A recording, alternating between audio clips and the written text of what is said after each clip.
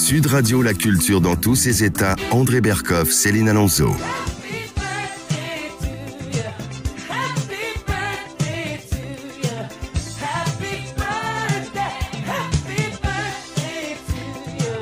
Et oui, aujourd'hui, alors bien... Céline Alonso, c'est pas très chrétien, ça, c'est très... Mais c'est bien. Bah oui, parce que Stevie Wonder. Exactement, parce qu'aujourd'hui, eh bien, figurez-vous que c'est l'anniversaire de SOS Chrétien d'Orient, André, et on va fêter donc les 10 ans de cette association en direct, donc jusqu'à 14h sur Sud Radio. Absolument. Cette association qui agit et soutient donc les chrétiens et les populations vulnérables au Proche-Orient, en Afrique du Nord-Est et au Caucase, André. Oui, je crois que c'est très important d'aider, de parler et de diffuser ce que font un certain nombre d'associations. Il n'y en a pas tellement qui parlent en général, on n'en parle pas beaucoup, hein, des minorités. Oui, on parle de certaines minorités, mais pas d'autres. Et de toute façon, on a tendance à dire oui, mais écoutez, ce qui est important, c'est le discours, la doxa officielle majoritaire, et pas du tout. Et je dois dire que pour être allé en Syrie et au Liban avec SOS Chrétien d'Orient, nous avons vu, on est un certain nombre à avoir vu ce qu'ils font et savoir ce qu'ils font. Et ils font une action très importante. Parce que vous savez, les guerres, on en parle, ça fait bien la télévision, ça fait bien la radio, oui, on souffre, mais il y a des gens qui meurent, il y a des gens qui souffrent, il y a des gens qui sont dans la misère, et voilà. Et il y a des associations, il y en a plusieurs d'ailleurs, qui font vraiment un travail formidable. Alors, il faut le rappeler, 2000 projets liés au soutien médical, éducation, développement économique et social, SOS Chrétien d'Orient, 3000 volontaires, 100 000 bienfaiteurs, une petite initiative de 2 personnes, dont quelqu'un qui est là, qui est devenue une vraie association et qui a pu se faire une place au sein non seulement du paysage des ONG caritatives, mais de ceux qui font vraiment quelque chose. Et c'est très important de célébrer leurs 10 ans, leur anniversaire. Et oui, aujourd'hui, il faut le préciser, cette association est présente sur 3 continents, André Berkoff, et dans 9 pays, Syrie, comme vous l'avez dit, Irak, Liban, Égypte, Jordanie, Pakistan, Arménie, Éthiopie, et même aussi, ils agissent en Ukraine depuis 2022. Alors, Benjamin Blanchard, qui est le directeur général de cette ONG, sera avec nous dans un instant sur Sud Radio. Alors, restez avec nous. Sud Radio, la culture dans tous ses états. André Berkoff, Céline. Nous avons l'immense plaisir de recevoir Benjamin Blanchard, qui est l'un des fondateurs donc, de cette ONG. Bonjour à vous, Benjamin. Alors, la grande aventure de SOS Chrétien d'Orient a commencé en 2013. Il faut le rappeler, c'est une date fatidique. À quoi correspond cette date? Rappelez-le nous. Alors, on n'a pas vraiment la date exacte de la création, hein, mais il faut toujours fixer une date. Mais c'est vrai qu'en 2013, avec Charles de Meyer, nous avons créé la SOS Chrétien d'Orient parce que plusieurs faits nous ont fait réagir. Tout d'abord, il y avait le fait que la France reconnaissait avoir laissé partir plusieurs centaines de ses ressortissants pour combattre dans les rangs de Daesh en Syrie et en Irak. C'était, je crois, Manuel Valls, le ministre de l'Intérieur à l'époque, et qui avait reconnu qu'on avait peut-être bien 1000 Français qui étaient dans les rangs de Daesh. Et puis dans le même temps, la France voulait suivre ses alliés américains ou son mentor américain pour bombarder la Syrie. Et finalement, Barack Obama avait renoncé au dernier moment à ces bombardements, et donc la France avait été contrainte de faire machine arrière également. Et rappelons-nous quand même, Benjamin Blanchard, que Laurent Fabius disait que Al-Nosra, qui était une des mouvances djihadistes, faisait du bon travail. Voilà. En passant. Voilà, sur le terrain. Et en 2013, ça a été aussi la prise de Maaloula en Syrie, c'est ça? Exactement. Ouais. Et tous ces éléments ont fait que nous nous sommes dit, en fait, ça serait vraiment bien que nous allions aider les Syriens, aider les chrétiens de Syrie, et pour montrer aussi que la France, c'est pas seulement un pays qui veut envoyer des bombes, qui laisse partir des terroristes, mais qu'il y a aussi des gens qui viennent en solidarité avec les Syriens, avec les chrétiens de Syrie. Donc voilà un peu comment c'est né et pourquoi cette date, parce que la prise de Maaloula, c'était tout début septembre, et donc juste après, nous nous sommes réunis dans un café, et puis on a discuté de cette éventualité. Et oui, et vous êtes parti donc sur le terrain et votre premier convoi humanitaire a permis d'apporter à l'époque 4 tonnes de jouets, de vêtements et de couvertures aux personnes en souffrance. Exactement. Et puis, alors on partait un peu dans l'inconnu parce que nous n'avions jamais mis les pieds en Syrie, nous ne connaissons rien, personne n'y allait à ce moment-là. 2013, c'était vraiment, le pays était coupé du monde depuis 2 ans. Et la chose qui nous a le plus frappé, c'est l'accueil extraordinaire que nous ont réservé les Syriens. Et ils étaient bien plus contents de nous voir que des choses que nous pouvions leur apporter. Parce que vraiment, ça a été le plus grand réconfort de voir des Français qui ont le courage de venir malgré tout ce qui se disait dans certains médias dominants, etc. Donc c'est ça qui nous a le plus marqué, et c'est ça qui nous a donné envie de continuer. Parce qu'au début, nous avions créé une association, mais nous n'avions pas forcément l'idée qu'elle perdure dans le temps ou qu'elle prenne une telle ampleur. Et oui, parce qu'il faut le rappeler, à l'époque, André Berkoff, c'était terrible la situation en Syrie. Les églises étaient brûlées, bombardées, les villageois qui refusaient de se convertir à l'islam étaient assassinés. Enfin, c'était une période difficile. J'allais dire aussi, et pas seulement en Syrie, je veux dire qu'il y avait dans tout le Moyen-Orient, avec la montée d'un certain intégrisme, effectivement, au Liban, que je connais bien, comme vous le savez, et puis d'autres, il y avait quelque chose qui se passait, et malheureusement qui se passait du point de vue communautaire. Donc, c'était pas du tout, SOS Chrétien n'est pas anti-islam, ni anti-islamique, ni quoi que ce soit. Elle est simplement, il y avait des populations qui étaient en danger. Et que, entre autres, il fallait évidemment les protéger. Et je dois dire que, voilà, ils l'ont fait. Et oui. Et aujourd'hui, donc, votre association est toujours et très bien même implantée aujourd'hui donc en Syrie. Mais la situation reste quand même très, très alarmante. 90% des Syriens aujourd'hui vivent sous le seuil de pauvreté, Benjamin Blanchard. Oui, la situation est en fait pire maintenant que pendant la guerre. Parce que pendant la guerre, les gens risquaient de prendre des obus sur la tête, il y avait de se retrouver au milieu des combats, mais la situation économique était dégradée, mais ça restait sous contrôle. Alors qu'aujourd'hui, c'est absolument hors de contrôle. La monnaie s'effondre complètement, l'inflation est terrifiante. C'est parmi les pays avec la plus grosse inflation dans le monde, en fait, avec le Liban et le Venezuela, donc c'est pas en très bonne compagnie. Et il y a une vraie crise d'approvisionnement, d'énergie, de pétrole. Du coup, d'électricité, parce que les centrales électriques fonctionnent au gaz, donc il n'y a pas de gaz non plus. Et puis, du coup, de chauffage. Et puis, également, une crise du pain. Et ça, nous ne connaissions pas ça pendant la guerre. Donc, on voit des files d'attente devant les boulangeries avec les prix gouvernementaux. Alors, évidemment, si on veut le payer cher, on en trouve. Mais pour les boulangeries avec le prix gouvernemental, c'est très difficile et ce sont des choses nouvelles. Et pourquoi ? Parce que le blé syrien, le pétrole syrien et le gaz syrien, toute la production et la récolte sont concentrées dans le nord-est du pays et que actuellement cette partie est occupée par l'armée américaine et que les Américains volent le blé, le pétrole et le gaz. Carrément. Mais carrément. Attendez, les Américains volent, mais pour quel intérêt? Que je sache, les Américains ne manquent pas de blé, de pétrole et de gaz. Je ne sais pas. En tout cas, à l'époque de Daesh, c'est une forme de sanction, en quelque sorte. Oui, c'est au-delà des sanctions, parce qu'en fait, c'est des choses qui ne leur appartiennent pas. Mais à l'époque de Daesh, par exemple, quand Daesh contrôlait cette région, finalement, ils arrivaient à s'arranger. Ils vendaient le pétrole et le blé, et là, absolument rien. Donc, il y a une situation pratiquement de famine. Enfin, pas loin d'une... Pas vraiment, non, quand mais même. de pénurie très grave. De pénurie très grave. Parce qu'en plus, il y a eu le séisme du 6 février dernier qui n'a rien arrangé. Exactement. Alors, j'étais en Syrie il y a quelques semaines et j'ai pu constater les dégâts, notamment à Alep et à Latakia, où des immeubles entiers se sont effondrés. À Latakia, par exemple, nous avons fait une donation de plus d'une centaine de ventilateurs. Alors, des ventilateurs qui fonctionnent sur batterie, puisqu'il n'y a pas beaucoup d'électricité. Donc, on les recharge et après, ils peuvent tourner toute la journée.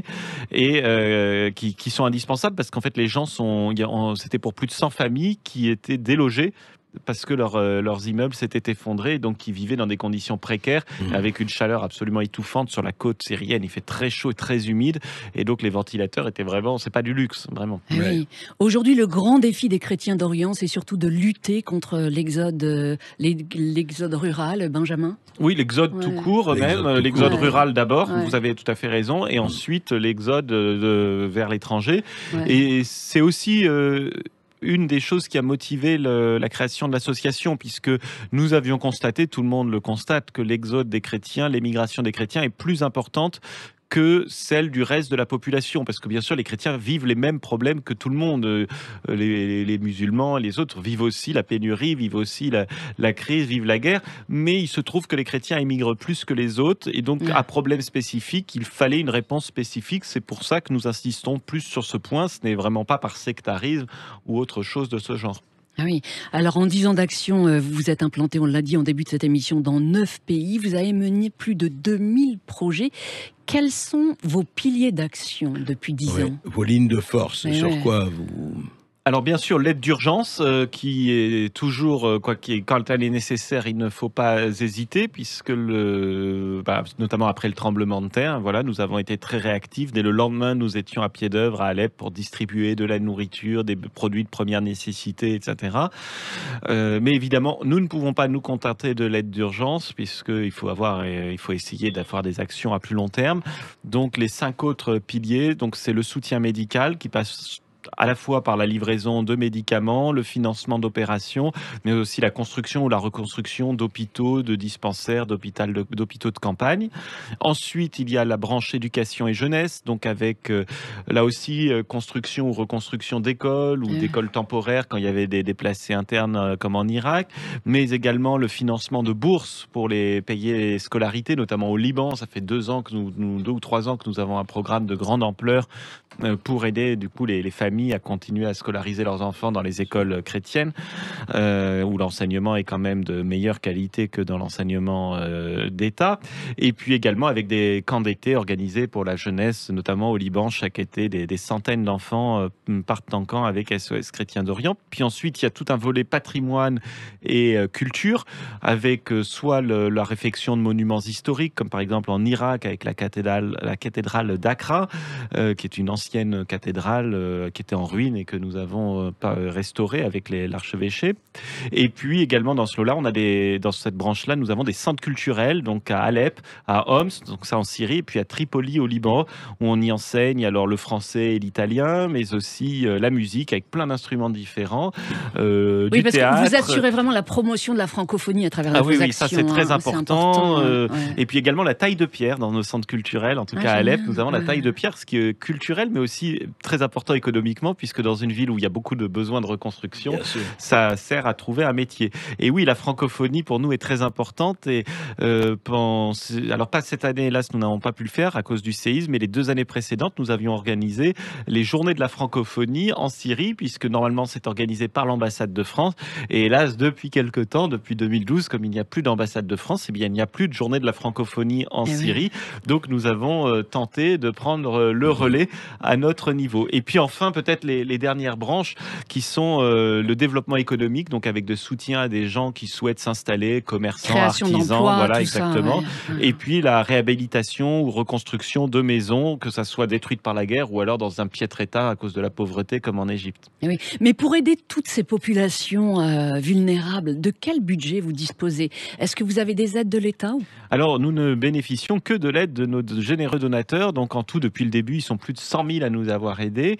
Et actuellement, 100 000 c'est cumulé. Et à jour de cotisation, ils sont à peu près 65 000 et nous permettent d'avoir un budget autour de 7 millions d'euros. Bien sûr, c'est très largement insuffisant. Nous aimerions faire plus. Nous espérons faire plus dans le futur. Aucune subvention ou aide de l'État, quelle qu'elle soit. Non, actuellement aucune. Il y en a eu dans le passé quand il y avait ce qui s'appelait la réserve parlementaire. Je ne sais pas si les auditeurs de Sud Radio se souviennent. Avant, les députés, chaque parlementaire avait sa réserve. Avait une enveloppe. Oui, alors c'était des subventions de l'État, mais qui étaient attribuées par le parlementaire. En fait, ça a été supprimé sous la mandature la première mandature de Macron en 2017. Et donc aujourd'hui, ça n'existe plus. Et depuis, nous n'avons plus jamais eu d'aide de l'État. Et en fait, en vérité, nous n'avons jamais eu d'aide décidée par l'État. Mais comment vous l'expliquez vous-même? Oh, je ne sais pas, il faudrait leur demander. Peut-être le fait que nous ayons travaillé en Syrie n'a pas tout à fait plu à la diplomatie française. Ça nous a été beaucoup reproché. Ensuite, je voudrais dire juste quelque chose par rapport à ça. Moi, je me rappelle quand nous sommes allés en 2015 avec SOS Chrétien d'Orient, on était un certain nombre de journalistes et nous avions constaté quand même que depuis 2011-2012, Vous savez qu'il y avait des lycées français, la Syrie était sous mandat français avec le Liban, hein, dans les années 30, etc. Il n'y avait plus un seul journal, un seul magazine, un seul livre. Et moi, ça m'avait frappé. Je me dis, on peut être effectivement en désaccord politique, mais on n'abandonne pas une culture. Et il y avait eu pire que ça, je me rappelle, j'étais avec Benjamin Blanchard. Il y avait eu quelque chose, c'est les hôpitaux qui avaient été construits par les Français en Syrie. Il manquait évidemment de pans, de pièces détachées, etc. Eh bien, les Français, enfin les autorités françaises avaient refusé d'envoyer ce qu'il fallait pour restaurer les hôpitaux. Et c'était les Russes et les Chinois qui avaient en partie, corrigez-moi si je me trompe, Benjamin, qui avaient en partie restauré un certain nombre d'hôpitaux. Mais c'est incroyable. Je trouvais ça, je trouvais ça hallucinant parce qu'on peut être en désaccord, même profond, etc. Mais on n'abandonne pas une culture, on n'abandonne pas une langue, on n'abandonne pas une aide. Et je me rappelle en Syrie, ça nous avait beaucoup frappé. Et oui, et ce qui est étonnant, c'est que lors du tremblement de terre à Alep, vous étiez, je crois, la seule ONG présente sur place. Vous auriez pu être un relais pour le gouvernement. Oui, alors en fait, nous étions là, parce que nous sommes la seule ONG française, à ma connaissance, à avoir un bureau à Alep. On n'est pas du tout la seule ONG présente en Syrie, mais à ma connaissance, à Alep, nous sommes les seuls à avoir un bureau. Et oui, effectivement, nous étions à disposition, bien sûr. Mais en fait, là, plus largement, la France s'est vantée d'avoir... J'ai beaucoup suivi à l'époque les questions au gouvernement. Le gouvernement a été titillé, bien sûr, par l'opposition sur cette question. Et les réponses de Madame Colonna étaient suffisamment vague pour qu'on distingue très bien ce qu'elle voulait dire. Oui, nous allons aider tout le monde, donc la Syrie et la Turquie. Oui, nous ne ferons pas de distinction politique, mais en réalité, l'aide française n'est parvenue que via la Turquie, donc c'est-à-dire dans les zones contrôlées par les rebelles, dans lesquelles il y a une faible partie de la population, que 2-3 millions. Mais les restes des Syriens étaient totalement oubliés par le gouvernement français pour des raisons idéologiques, alors même que d'autres pays avec lesquels qui sont plutôt dans notre camp, on va dire, ont eu des réactions beaucoup plus normales, je trouve, et je peux citer les pays arabes qui, pour le coup, ont envoyé de l'aide immédiatement, comme l'Arabie Saoudite, les Émirats Arabes Unis, etc., qui pourtant ne passent pas pour des grands soutiens du gouvernement syrien, en tout cas ne l'était pas, et ils ont envoyé immédiatement de l'aide, et en tout cas en tant que Français, nous regrettons que la France n'ait pas fait de même et se soit arrêtée à des considérations politiques, alors qu'il y avait quand même des gens qui étaient sous les décombres. Incroyable. Et c'était pas une question de gouvernement, de régime, etc. Il y avait des gens qui étaient sous les décombres, et je trouve ça dommage qu'on se soit arrêté à des considérations politiques. Est-ce une erreur de la France, selon vous? Ah oui. Oui, je me rappelle. Je crois que ça nous vaut quelques problèmes de dire quand nous ne sommes pas contents, mais oui, je crois que c'est une erreur. Ce sont les vers d'Aragon, Benjamin Blanchard, communiste et athée, mais qui disait bien, il disait, quand les blés sont sous la grêle, le fou qui fait le délicat, fou qui songe à ses querelles au cœur du commun combat. Et quand c'est le combat pour la survie, on ne compte pas les étiquettes. Et oui, Benjamin Blanchard, alors vous êtes aussi implanté en Irak depuis 2014. Est-ce que les chrétiens d'Orient en Irak sont sur le point de disparaître ? Je ne sais pas s'ils sont sur le point de disparaître, mais les chiffres sont quand même très parlants. Ils étaient 2 millions en 2003 lors de l'invasion de l'Irak par l'armée américaine et donc le renversement du régime de Saddam Hussein. Et ils ne sont peut-être que 250 000 aujourd'hui. Donc c'est... Vous voulez dire de 2 millions il y a 20 ans à 250 000 aujourd'hui? Oui. Donc c'est catastrophique. Évidemment, si ça continue à ce rythme, il pourrait disparaître. L'impression est que c'est quand même ralenti. L'hémorragie est un peu ralentie, mais la situation en Irak est très instable. Effectivement, Daesh a été éradiqué, le gouvernement a repris le contrôle sur la totalité du territoire, mais le gouvernement est très divisé, est très instable, et il y a quand même des milices chiites qui sont très dures, et nous en savons quelque chose, puisque j'ai 4 collaborateurs qui ont été enlevés et détenus pendant 66 jours à Bagdad par certaines de ces milices, et c'est compliqué pour la population chrétienne qui vit dans la plaine de Ninive. Après, il y a ceux qui vivent au Kurdistan, donc la région autonome, mais c'est compliqué également parce que la situation n'est pas stable, et donc on sait pas on n'a pas de vision, et eux surtout n'ont pas de vision d'avenir, et c'est ça le plus gros problème, c'est qu'ils ne savent pas de quoi demain sera fait. Vous me direz, personne ne sait de quoi demain sera fait, mais il y a clairement un manque de sécurité, de stabilité qui permet de se projeter sur la vie de ses enfants et de faire qu'on a envie de rester. En tout cas, après la guerre en Irak, beaucoup se sont réfugiés en Jordanie. Tout à fait. Et donc, c'est pour ça que nous sommes installés en Jordanie dès 2014 ou 2015. Et nous avons une petite équipe là-bas, alors toute petite, de 2 personnes, mais qui aide bien sûr les réfugiés irakiens, puis aussi les habitants, les Jordaniens, notamment les chrétiens, qui sont une bonne petite population. Alors, Jordanie est un pays très tranquille, très stable, très bien dirigé. Mais bien sûr, les gens ont quand même besoin d'aide dans les villages parce qu'il y a de la pauvreté. Et puis, comme vous parliez tout à l'heure, Céline Alonso, de l'exode rural, eh bien, il faut éviter cet exode rural parce que c'est toujours la première étape vers l'émigration. Et donc, nous essayons vraiment d'aider à réenracinement des gens dans leur village. Et notamment, je pense au village de Smakié, tout au sud de la Jordanie. C'est le seul village qui est entièrement chrétien. Et j'y suis passé il y a quelques semaines. Et j'étais très heureux de voir une petite usine de traitement d'eau qui permet d'avoir de l'eau potable, de l'eau pure, que nous avons construite il y a des années, 2017 ou 2018. Elle est toujours en fonctionnement et tout le village a pris son petit abonnement. Ça coûte une somme modique et c'est bien moins cher que les bouteilles d'eau, et ils vont chercher l'eau et ça fonctionne. Alors j'étais très fier de ça. Vous pouvez l'être. Benjamin Blanchard, on va se retrouver dans un instant sur Sud Radio. Nous allons parler de l'Arménie, pays meurtri. Nous parlerons aussi du Liban, André Berkoff. Ce pays est en train de se vider de sa population. Des radeaux de la mort partent de Tripoli et du nord de pays. On se retrouve dans un instant pour en parler. À tout de suite. Sud Radio, la culture dans tous ses états. André Berkoff, Céline Alonso. Pour toi, Arménie, tes saisons chanteront encore, tes enfants battiront plus fort après l'orage. Et oui, l'Arménie qui est à une période charnière de son histoire, André Berkoff. Alors, Benjamin Blanchard, que faites-vous pour soutenir les Arméniens et ceux surtout du Haut-Karabakh ? Alors pour ceux du Haut-Karabakh, hélas, c'est très difficile. Nous avions des projets, notamment de reconstruction, mais tout est arrêté à cause du blocus qui dure depuis bientôt plus de 9 mois. Blocus terrible, presque 150 000 personnes sont enfermées dans cette enclave, bloquées par les troupes azéries. Nous avons réussi à faire arriver quelques convois, quelques aides, notamment des semences.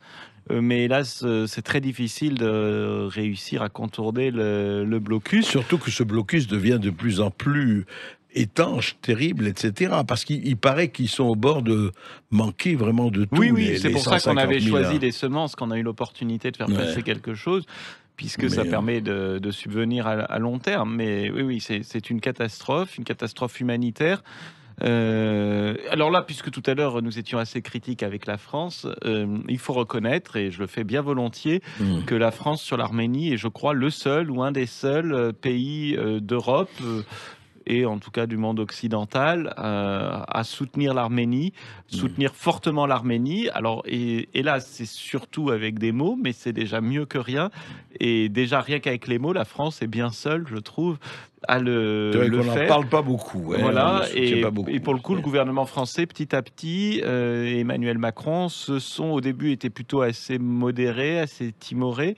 Et puis, petit à petit, on sent qu'ils ont vraiment été convaincus. Enfin, il faut briser le blocus. Voilà, mais ils ont quand même, on sent qu'ils ont vraiment été convaincus par les arguments des Arméniens, par la situation, et émus.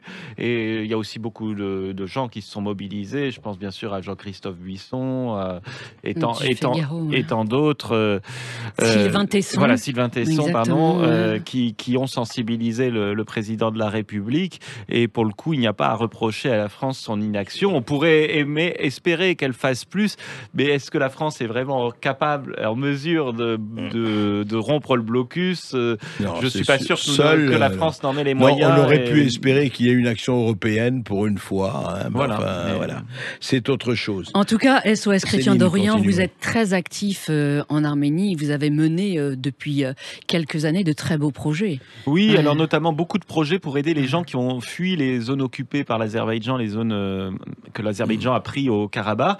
Et donc, il y a eu plusieurs milliers de personnes ou dizaines de milliers qui sont du coup revenus en Arménie, où ils avaient peut-être des vieilles fermes, mais inoccupées depuis 30, 40 ans.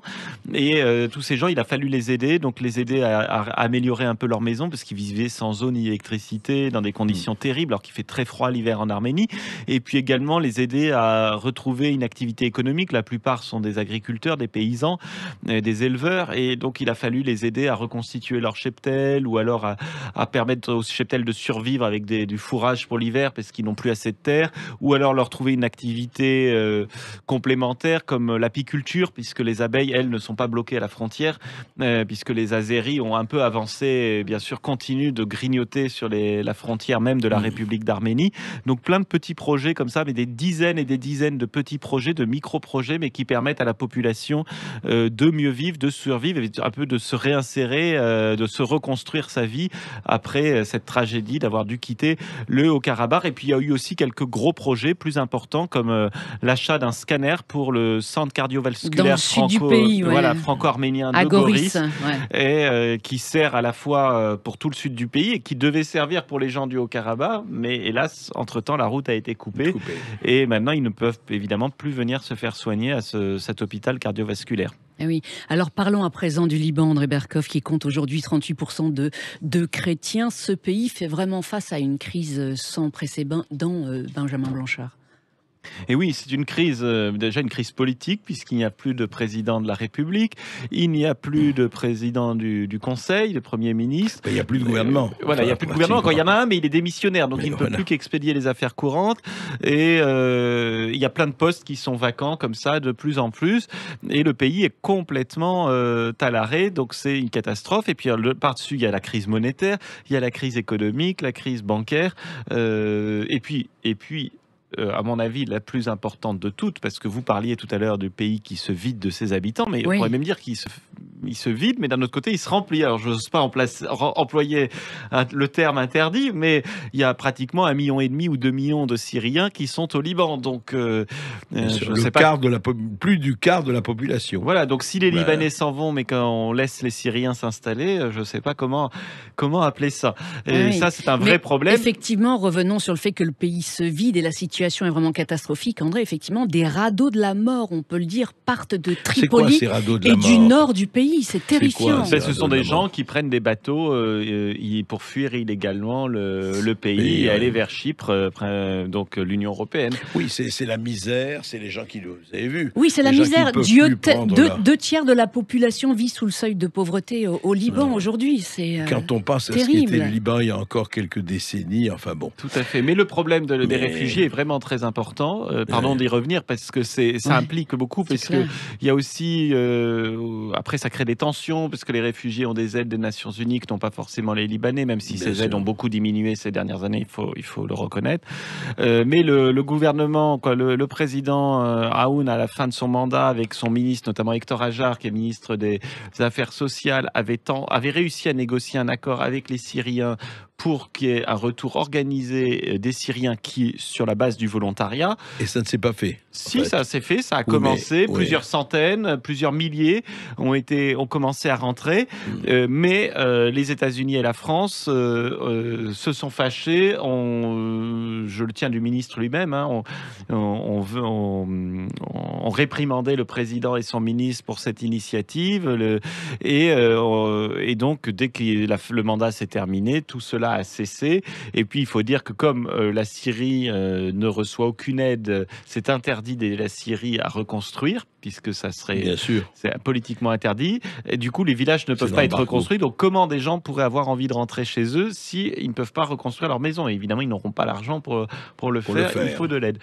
Donc on est dans une situation inextricable et pour le coup la France a une position tout à fait condamnable, je trouve. Benjamin Blanchard, vous n'êtes pas, SOS Chrétien n'est pas un organisme de démographie et de statistiques, mais est-ce qu'on a idée aujourd'hui de la population chrétienne au Liban? Est-ce qu'on a idée à peu près, je dis pas et de façon précise à combien elle se monte, parce qu'il fut un temps... 38% de chrétiens, c'est le chiffre que Alors j'avais. oui, c'est le chiffre officiel, chiffre mais alors non, officiel. je vais vous Officiel. répondre, on n'a pas d'idée, et tant mieux, Ouais. parce que je crains Ouais.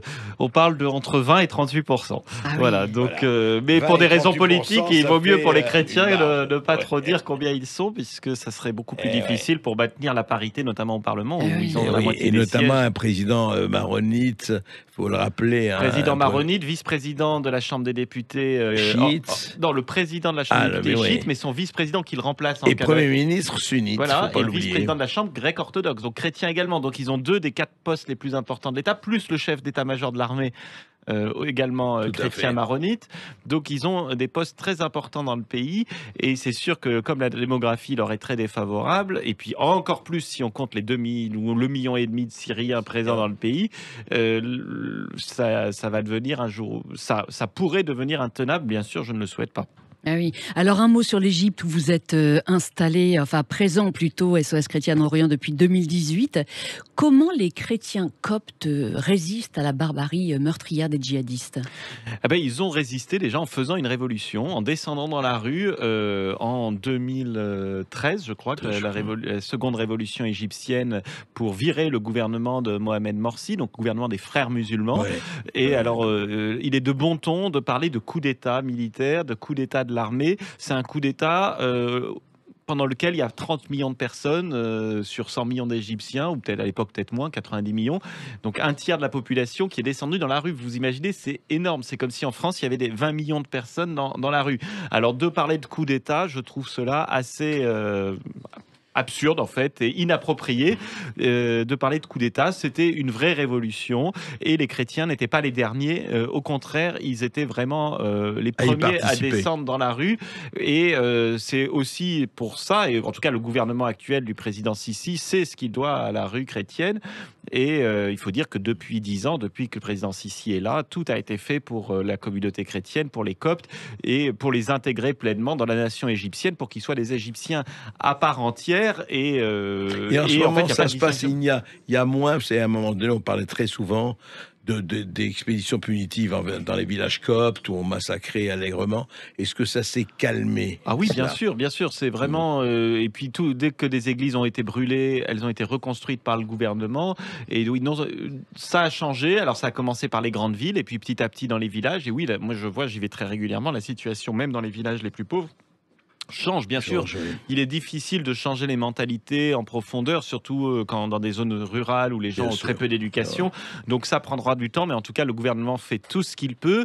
Au Parlement, il y a un nombre de chrétiens bien plus important que ce qu'il y a dans la population. Alors il faut mentionner qu'en Égypte, le nombre de chrétiens progresse en proportion.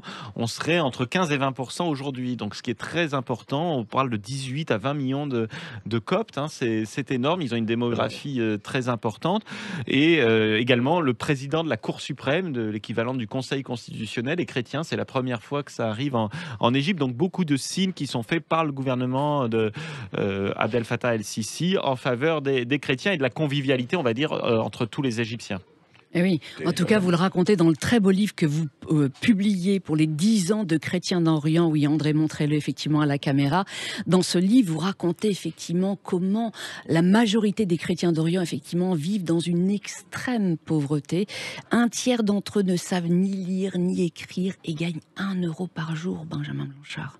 Et oui, c'est vrai que c'est le principal problème en Égypte, c'est cette pauvreté. Alors, il y avait une croissance économique assez forte. Le problème, c'est qu'il y a aussi une croissance démographique qui avale à peu près toute la croissance économique. Donc ça, c'est un des grands axes d'effort du gouvernement actuellement, c'est de lutter contre la démographie galopante, de ralentir cette démographie. Et puis, il faut dire que la crise en Ukraine et la crise du blé qui a suivi a créé une crise de confiance sur la dette égyptienne. Donc, ça a été un effet boule de neige, donc crise de la dette, donc la monnaie qui dévalue, donc de l'inflation, et donc la population les plus pauvres qui sont de plus en plus en difficulté. Donc oui, les 2 dernières années viennent d'être difficiles en Égypte et nous espérons que l'Égypte se sorte de ce pas difficile rapidement. Mais l'économie reste quand même très dynamique.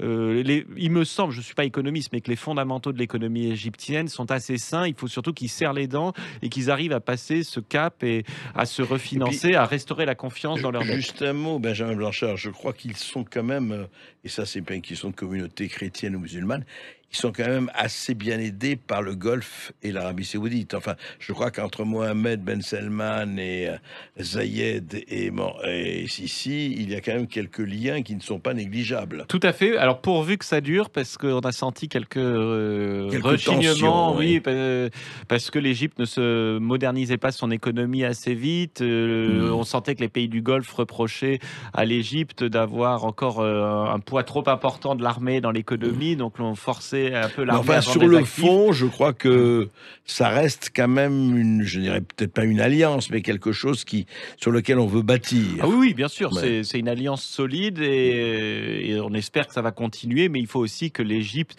arrive à se financer, à produire suffisamment pour être autonome. Elle ne pourra pas éternellement dépendre de l'Arabie Saoudite et des Émirats Arabes Unis. Certes, mais le minerai, elle n'a pas le même minerai, comme vous le savez. Le sous-sol n'est pas le même. Pour l'instant, pour parce qu'il y a eu l'instant. des gisements découverts très importants je ne sais pas si l'exploitation a commencé ou pas, mais ça pourrait changer pour l'avenir de l'Égypte. Eh oui, avant de faire une petite pause, André Berkoff, j'aimerais préciser parce que SOS Chrétiens d'Orient organise des voyages au Moyen-Orient et du 10 au 18 novembre prochain, vous organisez un voyage dans l'Égypte des pharaons et des Coptes. Benjamin Blanchard. Alors c'est avec l'agence Odeya, donc j'en profite pour en faire la publicité, odeya.fr, avec qui nous travaillons depuis des années. Et donc personnellement, j'ai la chance d'en accompagner en Syrie, en Irak, au Liban et l'an prochain, en 2024, en Inde, dans le Kerala. Oh, extraordinaire. Non mais Benjamin Blanchard est un copte trotteur. Benjamin Blanchard, on va se retrouver dans un instant sur Sud Radio et nous allons continuer de parler des 10 ans d'action de SOS Chrétien.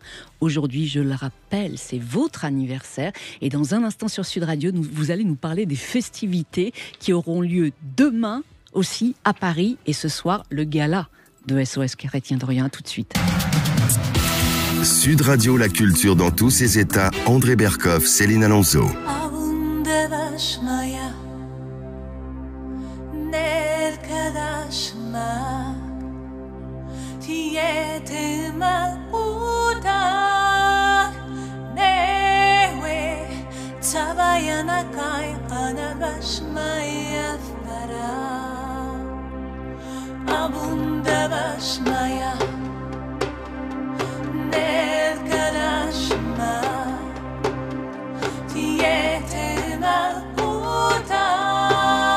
Eh oui, sublime notre Père en araméen sur Sud Radio, André Berkoff.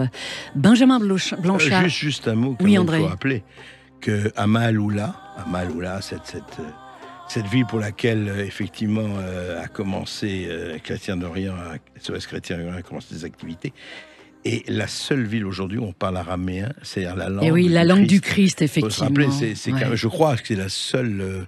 Oui, c'est le dernier village en chrétien, tout cas, effectivement. Dans cette forme-là, Dans parce cette qu'après forme-là. en Irak et dans le nord-est de la Syrie, il y a d'autres langues issues de l'araméen, mais dans ce dialecte-là, C'était la seule, oui. Eh oui. Alors, Benjamin Blanchard, SOS Chrétien d'Orient, a toujours eu une vocation internationale. Des associations sœurs se sont créées à l'étranger. Dans quel pays précisément ? Alors, nous avons une filiale en Italie, Fondazione SOS Cristiani d'Oriente, et puis une en Belgique, donc association SOS Chrétien d'Orient. Je ne m'abstiendrai de le dire en flamand pour les oreilles, par égard pour les oreilles des auditeurs. Par les oreilles wallonnes surtout. Voilà. Et puis nous avons pas mal d'actions en Suisse, mais pas encore d'association, mais peut-être un jour. Et puis nous travaillons pour les États-Unis.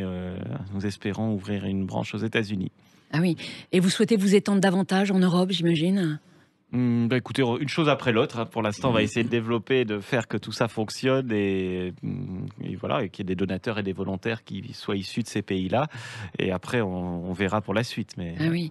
Et je crois que l'Inde fait partie de vos projets aussi. Alors l'Inde, ça serait pour avoir une mission, un bureau là-bas, mais c'est à très long terme, ça, pour l'instant. Parce qu'on vient de commencer en Éthiopie et c'est pas simple, l'Éthiopie. Donc il faut aller doucement si on veut faire les choses bien. L'idée à ce moment-là, ce ce ne serait plus seulement chrétien d'Orient, mais chrétien du monde. Non, parce que l'Inde, c'est encore justement, c'est le bout. Ouais. En fait, C'est l'Asie quand même. Hein. oui, mais il se trouve que d'un point de vue ecclésial, c'est vraiment des gens qui ont été évangélisés par saint Thomas D'accord. et en fait, ils dépendent. Il y a toute une branche qui dépend du patriarche de Damas, des D'accord. syriaques Ah oui. orthodoxes, En Inde. qui d'ailleurs sera à Paris cet après-midi au colloque que nous organisons pour les 10 ans. Mais donc il y a quand même vraiment un lien. C'est ces églises qui sont ce qu'on appelle les églises orientales. C'est Et ça. en Inde, il y a une bonne partie qui sont des fidèles de ces églises orientales. Le Pakistan, non. Ce sont que des chrétiens latins ou des protestants. Donc là, pour le coup, pour le Pakistan, on est un peu en dehors des clous. Mais l'Inde et l'Éthiopie, si, sont bien Oui, dans les branches. C'est dans les clous. purs. Voilà. Alors effectivement, vous avez parlé de ce fameux colloque qui a lieu cet après-midi, donc à la Grande Crypte de Paris, dans le 16e, de 14h à 17h.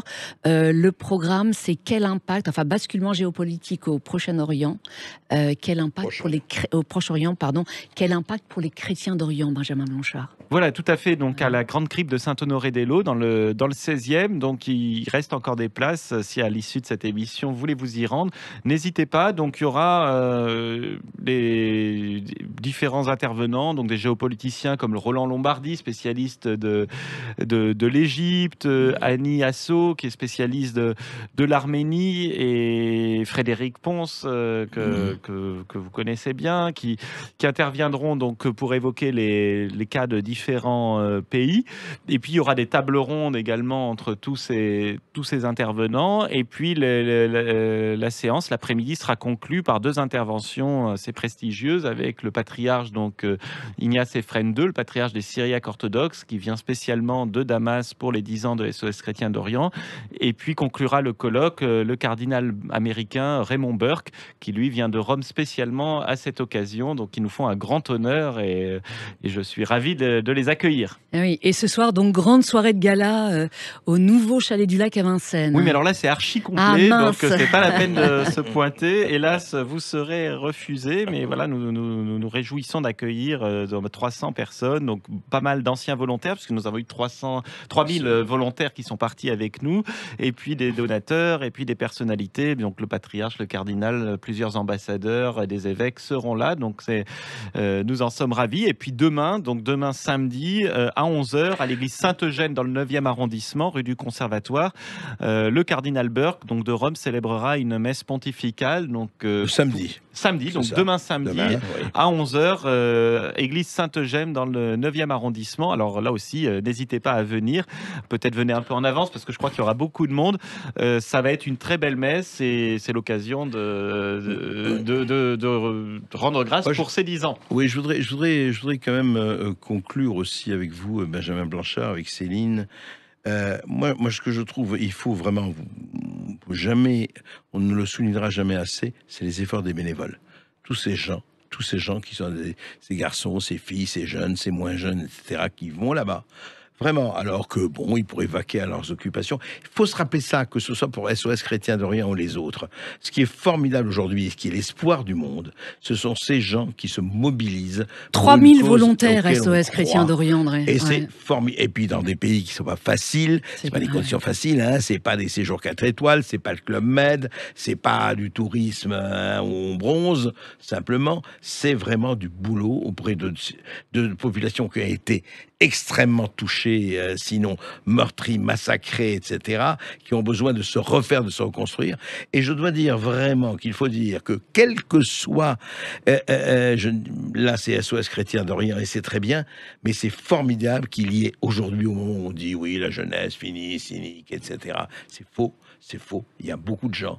Et c'est le plus important, je veux dire, Benjamin Blanchard, c'est que vous ayez un certain nombre de gens qui, au nom de cette cause, et qui est une vraie cause, se mobilisent. Merci, André Berkoff. Un mot, Benjamin Blanchard, comment peut-on vous soutenir ? Eh bien, d'abord, en nous soutenant financièrement, donc c'est très simple, hein, soschrétiendorient.fr. tout le parcours de don est très facile, donc n'hésitez pas, nous avons vraiment besoin de vous. Nous n'avons pas d'aide de l'État, mais d'un autre côté, tant mieux, puisque je pense, alors c'est peut-être un peu libéral comme approche, mais que si on veut des chrétiens d'Orient, on choisit de le faire, mais que c'est pas forcément aux contribuables de le faire obligatoirement. Donc, Très juste. Donc je compte sur la générosité de ceux qui sont intéressés par cette cause. Et puis, si vous avez l'âge, c'est-à-dire que vous êtes en bonne santé, assez en forme, et que vous avez le temps, parce qu'il faut partir au moins 1 mois et demi, 2 mois, n'hésitez pas à nous rejoindre comme volontaire. Et là aussi, c'est très simple, il suffit de nous contacter, volontaire au pluriel, @soschrétiendorient.fr. Oui, pour aller là-bas et pour Exactement, servir partir là-bas. 1 mois et demi, 2 mois, voire plus. Il y en a qui restent 1 an. Mais voilà, il ne faut pas avoir de charge de famille, il faut être Bien en sûr. forme, etc. Eh Et oui. payer ses billets d'avion en plus. Et pour vous soutenir, on peut aussi acheter ce très beau livre en coédition qui est sublime, qui résume vos actions depuis 10 ans d'action aux côtés des chrétiens Et qui est en d'Orient. vente sur le site de la boutique, le site de SOS Chrétien d'Orient. Et oui, soschrétiendorient.fr. Benjamin Blanchard, merci d'être venu sur Sud Radio. Merci Céline Alonso, merci André Encore Berkoff. très bon anniversaire. Tout de suite, vous retrouvez Brigitte Lahaye sur Sud Radio.